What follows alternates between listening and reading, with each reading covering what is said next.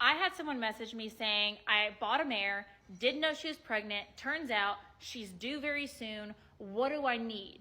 So since you're thrown into this, you're gonna need a few things. One being a good relationship with your vet. So if you don't have a vet that you know or that you can call, or there isn't a vet's office that is on call near you, maybe figure that out. Figure out what their weekends are like, figure out what their hours are, maybe have someone's cell phone number, because if your mare falls in the middle of the night and it's an emergency, you're gonna need someone to call. Not if it's a standard birth, but if something goes wrong. Now in your foaling kit, you're going to need towels, enemas, probably some iodine to dip the navel. You're going to want to dip the navel twice that night. You're going to want to do it immediately, and then you're going to want to do it again before you leave them alone. You're going to want to probably towel dry off, but then make sure your mare, licks on it and does all that good stuff. Right now it's warm, so you shouldn't have any issues with needing to put a blanket on it immediately.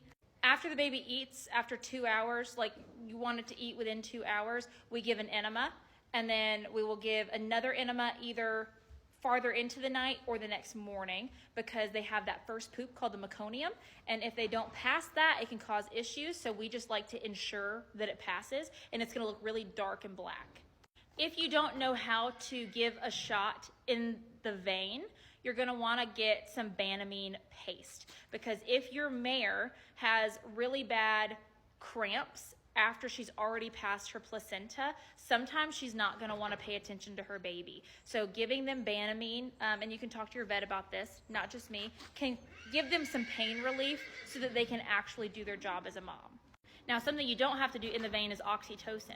Oxytocin is something you'll want to have on hand in case your mare does not pass her placenta. Usually you want the placenta passed within 4 hours. If it is not making any progress, you give them oxytocin. Again, find out the dosage from your vet. And then if for some reason it comes out incomplete or it's not coming out, you'll need to talk to your vet after 4 hours. And it does become a time-sensitive issue. We prefer to foal out on straw in a structure. Some people, good Lord, Arlene, some people, will foal out in the pasture. That is up to you. I would definitely talk to your vet about the environment that you have, making sure that you have what you need.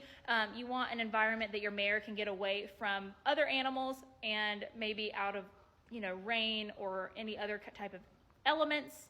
You'll also want to worm your mare pretty soon after birth, and you'll want to maybe give her some electrolytes and make sure she's drinking. But other than that, I think that's good. That's pretty much my run-of-the-mill what you need for foaling. Again, the most important one is to have a good relationship with your vet and find out all the details about when they're open, how far away they are, what's their protocol for emergencies, what's their weekend hours like, all that good stuff. So I wish you luck.